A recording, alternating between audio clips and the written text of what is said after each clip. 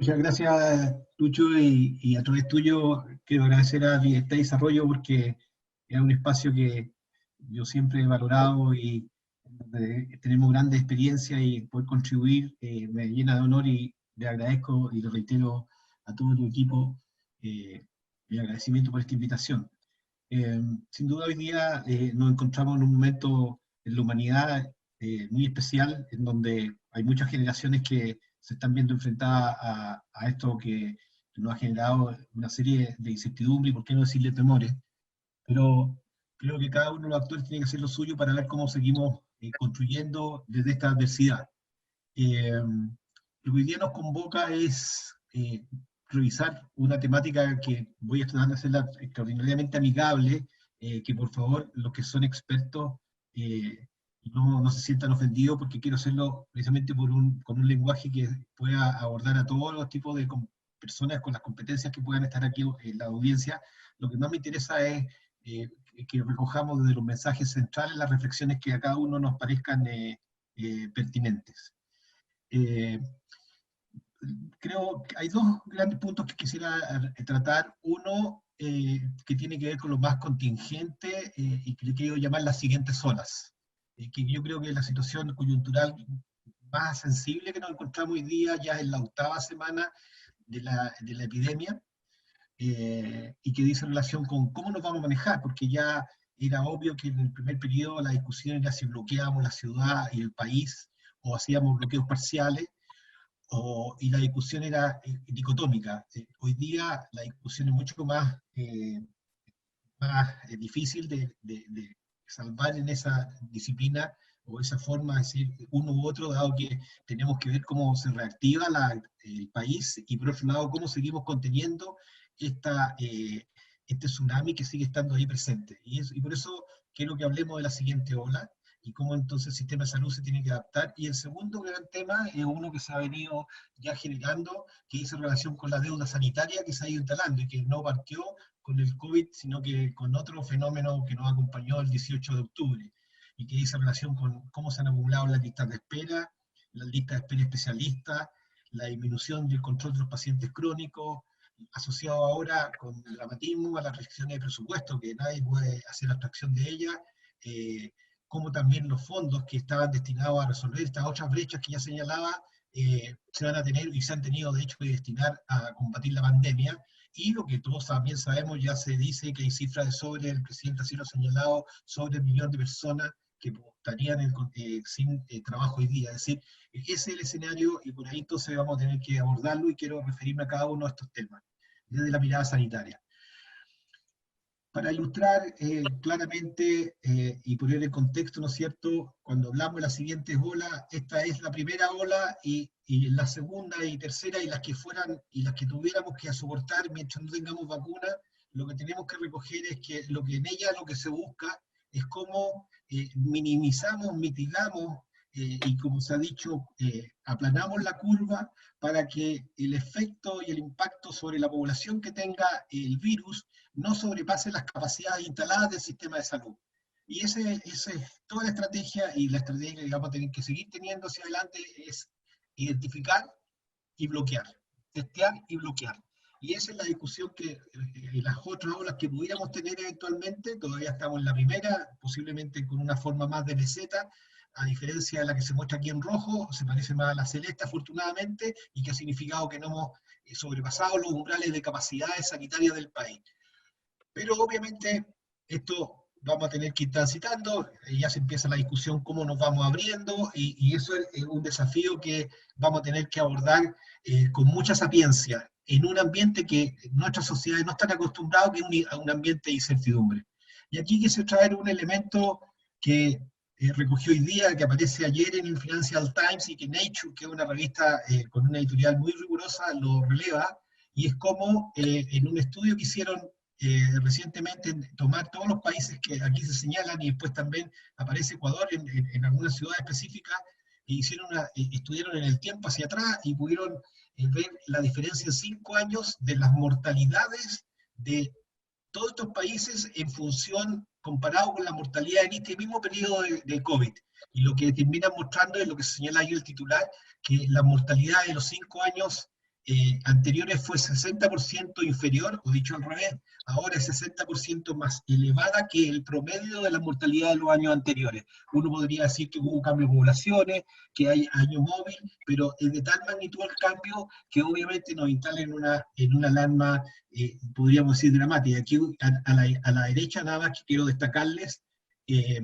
Guayas en Ecuador, en donde la mortalidad, la extramortalidad de este periodo ha sido de 347%. Y eso habla de que obviamente pueden haber sido, y en la hipótesis que se sostiene a partir de esto, que los pacientes que fallecieron y que no accedieron a los sistemas no tuvieron el registro, pero todo hiciera pensar que pudieran tener relación con el COVID. Y esto nada más que para ponerlo en contexto de la magnitud del desafío que tenemos, sobre todo a la hora ya de empezar a abrir las cuarentenas. ¿Cómo se ha estado abordando y cómo se va a tener que seguir abordando? Aquí les traigo una lámina en donde se ilustra los distintos puntos de pacientes que en el trabajo que he estado haciendo, que estoy colaborando con un servicio de salud, cómo seguimos a los pacientes, cómo vemos dónde están los brotes. Aquí en verde son los que ya dejaron de ser brotes porque pasaron sus 14 días, y en rojo los brotes activos. Y esa es la manera en donde hoy día cuando se levanta un brote, más de 2 casos, o casos que vienen de una misma fuente, personas que fueron a un lugar común, etcétera, se genera un equipo que va a ese lugar y hace toda la contención y todas las medidas sanitarias, y no voy a referir a ello. Esto nos va a tener que seguir acompañando para las siguientes olas. Y aquí apareció entonces la discusión, bueno, ¿cómo lo podemos acotar? Y un tema que quedó bastante zanjado en los últimos días, porque el ministro fue muy claro, sobre el pasaporte. Desafortunadamente no es un pasaporte, y alguna gente lo ha entendido así, no es un pasaporte de inmunidad, es un pasaporte nada más que para decir, mire, usted tuvo COVID, pasaron los 14 días y ahora circule tranquilo por si en alguna parte aparece en un registro y a usted le llama la atención por andar circulando sin cuarentena. No va a tener otro alcance que ese, porque desafortunadamente todavía, y aquí le estoy mostrando yo una curva para los que no se han entendido muy simple, de las inmunoglobulinas, es decir, los anticuerpos, y estos anticuerpos que se van a formar, pero todavía no sabemos cuánto van a durar, y si después tenemos a la derecha nuevamente una presencia del virus, cómo se van a comportar. Y por eso no tenemos conocimiento, la ciencia todavía no da con certeza decirnos, usted ya tiene anticuerpos y le van a durar toda la vida y lo va a tener el 100% de la población. De allí que el carneo hoy día tiene un alcance más bien de orden administrativo. Y eso es lo que vamos a tener que administrar hacia adelante. Y, idealmente nosotros debíamos llegar, muchos de ustedes seguramente han visto esta página que se ha hecho viral prácticamente, que es de la Universidad John Hopkins, en donde a diario hemos seguido a nivel mundial los casos, pero lo que quiero aquí revelar es cómo las tecnologías están permitiendo generar una visualización prácticamente en línea lo que está pasando en el mundo. Y algo así deberíamos aspirar en nuestro país, toda vez que como aquí lo señalo y lo leo en lo inmediato, es para sostener la estrategia de mediano plazo que logren adherencia y efectividad, vamos a tener que implementar este tipo de tablero. ¿Y por qué lo señalo? Porque de lo contrario va a ser muy difícil que la gente entienda que en un momento, viviendo en determinada zona, le digamos hoy día salga tranquilo y a las 3 semanas le tengamos que decir, ¿sabe qué más? Ahora quedan todos en cuarentena. Y a eso nos vamos a tener que acostumbrar para poder tener y seguir con esta estrategia que es la que tiene el país de una contención, cuarentenas sectoriales y dinámicas. Y por hecho, entonces, aquí hay un rol que, a mi entender, las tecnologías de la información van a ser fundamentales, porque ya no va a bastar, como ocurrió en esta etapa de shock, en donde todos teníamos un poco de temor, de decir, ¿saben que más en 3 meses más que nos digan de nuevo, oiga, usted en esta zona que vive en Ñuñoa o vive en Maipú, se tiene que quedar, y los que viven de la cuadra para allá, para el norte o al sur, se tienen que quedar en su casa y no pueden salir? La única manera, o una manera importante que la autoridad va a tener como herramienta para fundamentar esta conducta, va a ser que estos datos estén debidamente presentados, en donde cada uno, me imagino, tenga una bandera roja o verde, en donde la racionalidad se instale, porque también hemos visto que autoridades intermedias han interpelado o han puesto en duda estas medidas en circunstancias que claramente, como ya les mostraba antes, de una manera quizás más rudimentaria todavía, habían sustento como para decir, por eso se está cerrando esta zona y no esta otra, esta se abrió, acuérdense que Independencia estuvo cerrada, y ahora Independencia nuevamente se abrió y ahora nuevamente se cerró. Y ya empiezan a aparecer los reparos, a mí no me debieran haber hecho esto, a mí, ¿por qué no me lo hacen? Y todo eso lo vamos a tener que administrar, porque en un ambiente de incertidumbre lo que tenemos claro es que el país tiene que empezar a moverse, pero también tenemos que lograr que la contención de estas zonas, tal cual lo mostrábamos, y lo que puede impactar, tenemos que también lograrlo. Es decir, es un equilibrio muy fino, y si los distintos actores no se ponen de acuerdo y tenemos esta metodología, va a ser muy difícil poder administrarla. Y ese es el primer mensaje, y aquí yo pienso que aparecen las tecnologías como medio para poder ayudarnos. Es cierto que hay otros países como Corea que utilizaron tecnologías más sofisticadas que nosotros podríamos llegar a tener acceso a ellos, donde efectivamente a través del celular se podía controlar el distanciamiento social y se podía alertar cuando alguien está cerca mío y era un portador. Pero ahí entraríamos a otra discusión que yo publiqué hace algunos días una columna al respecto, y aparecieron unas cartas hace un par de días atrás también en Mercurio, y ahí se abrió otra discusión que la dejo nada más instalada, que dónde terminan los derechos individuales y dónde aparecen los derechos sociales. Es decir, hoy día hablamos de la privacidad de las personas, de los datos, cómo yo los controlo, pero ¿hasta cuándo eso puede ser un límite que quizás en algún momento uno por la salud pública, la salud de la población en su conjunto, uno tiene que mover esa barrera aunque sea transitoriamente? Y ahí se abre una interesante discusión, porque entendamos que esta epidemia no va a ser la última, y es posible que, y no posible, sino con certeza que tengamos muchas otras a lo largo de nuestra historia. Y el otro eje que les planteaba yo es en relación a la deuda sanitaria. Y ahí ya el titular de esta parte se anticipó el Mercurio, ¿no es cierto? Pone la cifra, 40.000 cirugías que están en lista de espera. No olvidemos que estas se asocian a que antes del 18 de octubre nosotros teníamos más de 18 millones, más de 2 millones de personas en lista de espera. A lo cual se tienen que sumar prácticamente 6 meses también en donde estas listas se han abultado. Y aquí aparece el rol de las tecnologías. Afortunadamente, podemos decir que este es un tema que ya se venía incubando y desarrollando con bastante madurez en el mundo, y me gusta mucho este conferencista que señalaba que, y que la experiencia que yo he recogido y lo que ha pasado en nuestro país, es que nosotros estamos haciendo salud en una compañía que se administra con una lógica de taxi cuando estamos en el mundo de Uber. Y a mí me hace mucho sentido por las experiencias que yo he podido recoger, y pienso que esto,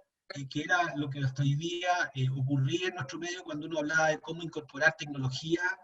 para poder dar atención de salud, aparecían distintas argumentaciones que iban nada más que con el objeto de obstruir esto.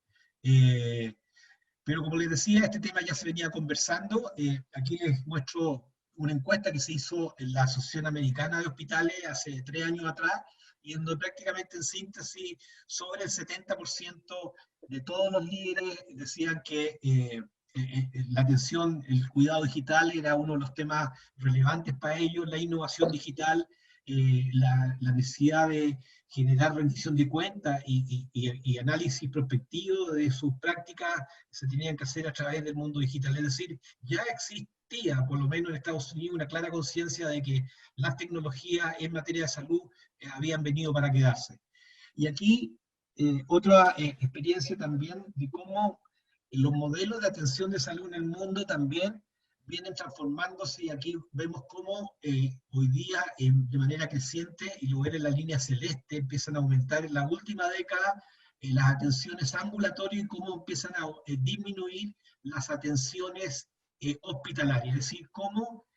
la mezcla empieza a llevar a que gran parte de los procedimientos, o un número importante de ellos, se traslada ya no al hospital. En Chile todavía tenemos una brecha de camas, y por lo tanto vamos a seguir creciendo en camas, pero quizá ese crecimiento no va a tener que llegar a los límites referenciales que pudo haber tenido el mundo en 2001, sino que va a tener que llegar a una mixtura en donde, subiendo en un porcentaje las camas, si nosotros ponemos el énfasis en la atención ambulatoria, vamos a lograr el equilibrio adecuado. ¿Y qué es lo que finalmente hace que se cubran esas brechas? Está el cambio del modelo a un modelo que es más remoto, que es el uso también de modelos predictivos para adelantando en el cuidado de los pacientes, la consulta virtual, y bueno, otros temas asociados a la genómica que no viene al caso aquí tratar, pero lo que yo quiero transmitirle a través de esto es que efectivamente aquí había un tema instalado a nivel mundial que estaba empezando a desarrollarse, pero que todavía en nuestro país no había permeado. Y otro hecho importante que hay que recoger a propósito de esta información que surge de los registros que se generan en los hospitales a partir de lo que yo les comentaba antes de los reportes, es lo que ocurre en el mundo en un segundo y cómo ha ido evolucionando en relación a las redes. ¿Cómo podemos saber que hoy día, por ejemplo, tenemos 3,3 millones de posts en el mundo, 4 millones de Google y interacciones de Google, o de Skype 1,4 millones de interacciones en cada segundo? ¿Y por qué es importante esto? Porque hoy día en el mundo de la salud uno logra capturar la información estructurada, que es la que viene del registro clínico, el que quienes nos dedicamos a ese ámbito más reconocemos, pero cada vez se está utilizando más distintas herramientas para usar la información no estructurada, para conocer el comportamiento de los pacientes, sus interrelaciones, sus evoluciones, y eso puede incluso trasladar a la ficha clínica. Es decir, si nosotros generamos una comunidad de pacientes, las interacciones de ellos nos van a permitir posteriormente, trasutado y reflejado en la ficha clínica, conocer qué pasó en el intertanto de que nosotros vimos al paciente hasta el siguiente control. De tal forma que lo que hoy día se está buscando es cómo capturamos los datos para hacer de ellos, de la interacción cotidiana del enfermo, un insumo para poder saber cómo ha evolucionado este enfermo. Afortunadamente, podríamos decir que si bien esto se está desarrollando en Chile, nosotros en el primer periodo del presidente Piñera, desde su último gobierno, empezamos a desarrollar el hospital digital. Esta es una experiencia que aquí está la carátula que entonces tenía el hospital digital con las distintas prestaciones, en donde se podía levantar diagnóstico, los pacientes tenían el registro clínico permitía a los pacientes poder hacer interconsulta. Y aquí les quiero mostrar algunos de los resultados. Esta es la lógica que instala el hospital digital. Lo que nosotros hicimos fue instalar un portal en donde el enfermo en un touch entra a este hospital digital y a través de el contacto va a poder conectarse con los servicios médicos, que están visualizados acá con distintas células, se me corre aquí cuando lo... Y esto lo va a permitir conectar con la APS y con los hospitales. Es decir, lo que nosotros hicimos con el hospital digital es instalar un gran hospital sobre cada uno de los hospitales físicos, es decir, es un sistema de salud que viene a complementar el sistema físico y a fortalecerlo. Aquí nada más que le ilustro un resumen de prestaciones que se hicieron durante el periodo y ver cómo estas fueron creciendo. Por ejemplo, al final dice acá el DART. El DART es inteligencia artificial que nos permitía hacer fondo de ojo a los pacientes en distintos lugares del país, entendiendo que el fondo de ojo se requiere para todos los enfermos diabéticos todos los años y que obviamente no hay capacidades para poderlo resolver. A través del DART, que se tomaba el fondo de ojo por un tecnólogo, la inteligencia artificial informaba si era normal o era alterado, y ese alterado, 3 de 10, esos son los que iban donde el especialista. Y así como esas experiencias, muchas otras, y aquí para demostrar un poco cuál es la equivalencia, lo que se muestra en la esfera, y por ejemplo, Hospital Calvo Maquena, 34%, significaba que las atenciones que se entregaban a través del hospital digital representaban el 34% de las consultas que se estaban haciendo en el Hospital Calvo Maquena. Ese 34% se verificaba en una superficie de 800 metros cuadrados en el centro de Santiago, o representaban 39% de las prestaciones del Hospital de Calama. Lo que les quiero decir con esto, cómo el mundo digital tiene otras dimensiones por las cuales uno tiene que evaluarlo. También se habilitaron, finalmente eran 342 postas rurales. ¿Qué significó eso? Que en los lugares apartados Chile tiene 1.200 postas rurales, en 340 de ellas el médico que antes esperaba una semana que pasara, o según el tiempo muchas veces podía ser un mes, ahí tenían médico todos los días. Esas son algunas de las evidencias que quedaron instaladas y capacidades que nuestro país tiene para resolver temas de salud digital en el futuro, si esto va tomando más fuerza. Y no hay que olvidar que hay otro tema también dentro del mundo de la salud, que es el mundo de los seguros de salud, y ahí también se está produciendo un cambio que está llevando a trasladar el uso de algoritmos, generar inteligencia artificial, contratos inteligentes, y hay por lo menos 3 empresas en el mundo que no todavía en seguros, pero en el otro tipo de seguro están haciendo uso, por ejemplo, Lemonade, Policy Genius y Friend Insurance, que la primera, por ejemplo, que hoy día está asegurando los autos de manera inteligente, entonces a ustedes le aseguran el auto solamente en las horas que usted lo está utilizando, de modo que si usted pasa está de viaje o anda fuera de Santiago o lo tiene estacionado, simplemente el auto no está asegurado porque ahí el riesgo es cero. Y el sistema permite a través de tecnología hacer el seguimiento. Y esto mismo se puede trasladar para seguros inteligentes con las personas. Es decir, vemos cómo esta industria se está, desde las tecnologías está moviéndose la industria de la salud, no solamente en el ámbito prestador, sino que también lo va a poder hacerse en el futuro en el ámbito asegurador. ¿Qué es lo que ocurre a partir de marzo entonces? Aparece el SARS-2, coronavirus, COVID-19. ¿Y qué es lo que ocurre a partir de las tecnologías? Rápidamente, todos aquellos que se mostraban reticentes por la razón que fuera y que podrían argumentar, empiezan a exhibir en sus páginas, en su primera línea, Universidad de los Andes, Servicio de Telemedicina, Cristo hace lo mismo, Red Salud, Telemedicina en la página inicial, Colmena, videollamada con doctor online sin costo. Y por otro lado, FONASA se mueve y también a generar cobertura para la telemedicina. Y aparece una resolución que establece una serie de prestaciones que se pueden hacer al día de hoy, están financiadas y codificadas por FONASA para poderse hacer a través de esta metodología. Y uno ahí se pregunta finalmente, ¿qué ocurre con la sociedad y con los stakeholders y con los actores? ¿Qué lleva a que puedan cambiar tan rápido de opinión en circunstancias que antes pudieron haber esgrimido distintos tipos de argumentos para no usar las tecnologías? Y esto es una realidad, el mundo tecnológico tiene que vivir con esta realidad en donde está la zona de confort, los conflictos de intereses, la resistencia, que una vez que se rompen, solamente vienen para quedarse, y aquí tuvo que venir el coronavirus para producir este proceso de aceleración. A continuación les voy a mostrar una serie de láminas que muestran nada más que son pequeños toys, como yo le llamo, que muestran a propósito de este mundo digital y cómo el acceso a la salud a través de este nuevo modelo de atención digital se va a acelerar. Todo se lleva en el teléfono. Podemos llegar incluso a tener un chip donde vamos a llegar nuestra ficha clínica pegado a la piel, el estetoscopio digital para poder hacer atención a distancia, que era algo que nosotros estábamos revisando en su momento para las zonas rurales, para que la TENS que atendía al lado del enfermo pudiera poner el estetoscopio donde el paciente dijera y el médico estar ocultando aquí en la calle Huérfano al paciente que estaba instalado en una isla de Chiloé, o bien mirándole el oído, o bien incluso haciendo un ecocardiograma. Hicimos algunas pruebas también, pensando en que la carretera 5D, incluso se llega más allá de esto, que usando una mano, en donde se instala la mano operadora, que puede ser un técnico, una TENS, el ecografista mueve la mano y guía la mano a través de señal 5D, que como sabemos está llegando a Puerto Montt y que posteriormente cuando llegue a todo Chile nos va a permitir acelerar estos procesos de seguimiento a distancia e incluso de diagnóstico más sofisticados como los que se muestran acá. Lo mismo, ya esto es un dato, un tema que se lleva en el bolsillo, en el maletín del médico ya es otro maletín, el que lleva para hacer el electrocardiograma,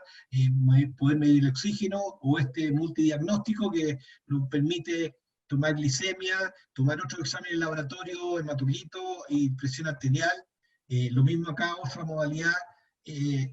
Pero finalmente quise nada más que destacarle algunos de estos juguetes que yo le llamo, porque no nos confundamos, el hecho que se instale telemedicina y el hecho que tengamos estos devices no significa necesariamente que nosotros vayamos a dar el salto tecnológico. Y aquí viene el segundo mensaje que yo quería compartir con ustedes. Necesariamente para poder avanzar tenemos que innovar desde fuera del sistema. Si nosotros pensamos, y que es una amenaza que yo veo, que los sistemas y todas las organizaciones que mostré al principio, que saltaron a la telemedicina, piensan que por el hecho que instalaron telemedicina saltaron al mundo digital y que lo que tienen que hacer es un mundo físico, digitalizarlo, están en un error. Tal como se muestra en esta lámina, que no la vamos a pasar a detallar, las organizaciones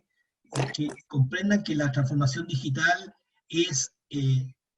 digitalizar el mundo físico están en un profundo error, y lo que aquí se requiere es que efectivamente seamos capaces de capturar las ventajas competitivas de la era digital desde la raíz de la organización hasta su visión como organización, es decir, cómo hacemos desde el sistema de salud, sistema digital que va a acompañar obviamente al mundo físico, que no lo va a reemplazar, pero sí que va a resolver muchos problemas, entre ellos el del cuidado continuo y el de la trazabilidad.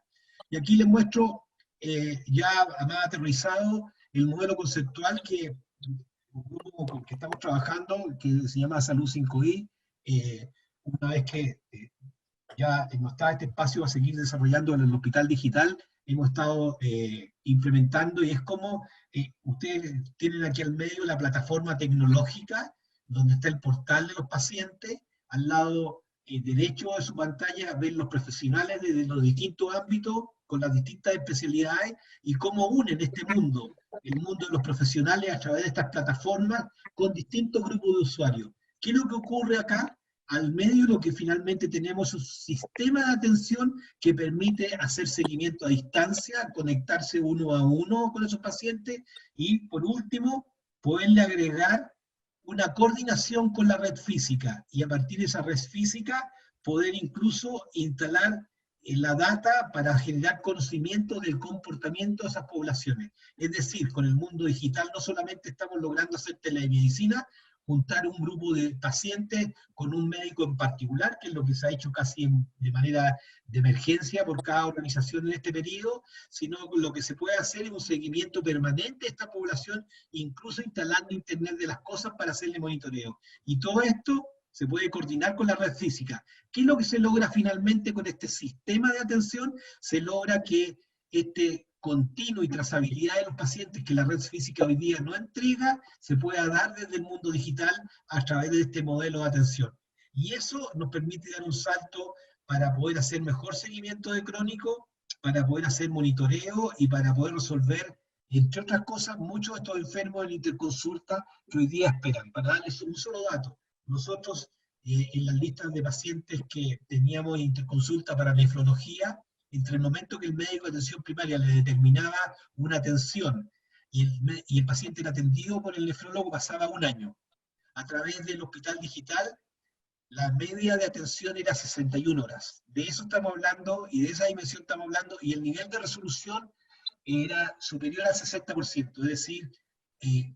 6 de 10 enfermos se resolvían a través de esa instancia, y solamente 4 y a veces 3 necesitan efectivamente ir al mundo físico. Aquí están las distintas carteras de servicio, incluyendo la parte de educación, gestión de poblaciones, es decir, cómo nosotros tenemos una cohorte de pacientes que tienen un determinado perfil, y entonces le hacemos seguimiento a distancia y lo monitoreamos. Asociado a esto está la entrega de medicamentos. Muchos de ustedes han escuchado las dificultades para que los enfermos reciban sus medicamentos. Hoy día esto está disponible, uno lo puede implementar, están las tecnologías y están las competencias para que el medicamento llegue a la casa. Cómo se mandan las imágenes, ya lo veíamos, es decir, hay todo un mundo detrás de esto que está avanzando. Para darle un solo ejemplo en relación a las imágenes, me tocó a mí colaborar en la instalación de Huawei, ayudó durante 3 meses con su licencia, y en la posta central hoy día, a propósito de coronavirus, se instaló, a partir de una experiencia que ellos hicieron en Wuhan, se instaló el escáner que ya existía, pero se informa desde Wuhan, se informa los escáneres con inteligencia artificial en menos de 20 minutos, y eso funciona 24/7, es decir, hoy día la posta central tiene la capacidad que ellos lo pudieron hacer cuando se vieron sobrepasados en sus capacidades de laboratorio. A los pacientes que llegaban críticos le hacían un escáner, como el patrón, después de 5.000 muestras de imagen lo pudieron reconocer, le toman un escáner y rápidamente saben si ese enfermo, por esas imágenes, venía con una neumonía por coronavirus. Asociado a toda esta información e interacción que se produce del paciente con los distintos servicios que va tomando, todos los datos se van capturando en la nube y se va generando conocimiento para poder ir generando patrones que nos permiten finalmente entregar respuestas más aceleradas a partir de esos patrones con los pacientes. Eso es lo que hoy día se puede representar cuando hablamos de salud digital, y de qué manera en nuestro país va a poder abordar de manera más acelerada esta brecha de atención que se va a producir, en donde asociado a ello vamos a tener menores capacidades financieras para poderla resolver, y también las brechas estructurales de especialistas y su distribución a lo largo del país, que sabemos que es inequitativa. En síntesis, lo que nosotros proponemos y lo que yo personalmente visualizo, que más que hablar de telemedicina y cómo nosotros vamos a abordar la brecha en un número importante de prestaciones, es hablar de un ecosistema de atención de salud digital. ¿Qué significa un ecosistema de salud digital? Significa, y por favor lo voy a leer y con esto termino, establecer un nuevo ambiente donde se verifica una interacción entre los pacientes y los profesionales bajo una lógica que es continua, ageográfica, y ahí terminamos con el tema de la distribución de los especialistas, demanda dependiente, elástica, medible, con trazabilidad, tema que hoy día no tenemos con los enfermos crónicos, y acúmulo de data estructurada y no estructurada, ya lo comentaba anteriormente, que sigue al paciente. Aquí aparece otro elemento que es disruptivo, que hoy día la ficha esté en un determinado lugar físico y el paciente tiene que solicitar esa ficha, y a veces con mucho trámite. Aquí la ficha acompaña al paciente y que se somete a un aprendizaje permanente para poder entregar soluciones personalizadas o en clúster. Y por eso nosotros hablamos desde Salud 5i de la generación de un ecosistema de atención de salud digital. Este es el camino que muchos países ya han adelantado, y yo creo que Chile, a partir de estas experiencias traumáticas, si se quiere, que se han producido en estos días, de falta de acceso, va a poder acelerar este proceso, toda vez que ha podido hacer caer una serie de mitos de resistencia que en pocas horas quedaron totalmente resueltas por la necesidad de poder entregar cobertura sin acceder a los espacios tradicionalmente definidos para ello. Muchas gracias. Hablé quizá muy rápido, pero quería nada más que entregarles estos conceptos y tener más espacio para poder conversar. Así es que en ese sentido les pido disculpas si fui muy no, rápido. ¿Ah?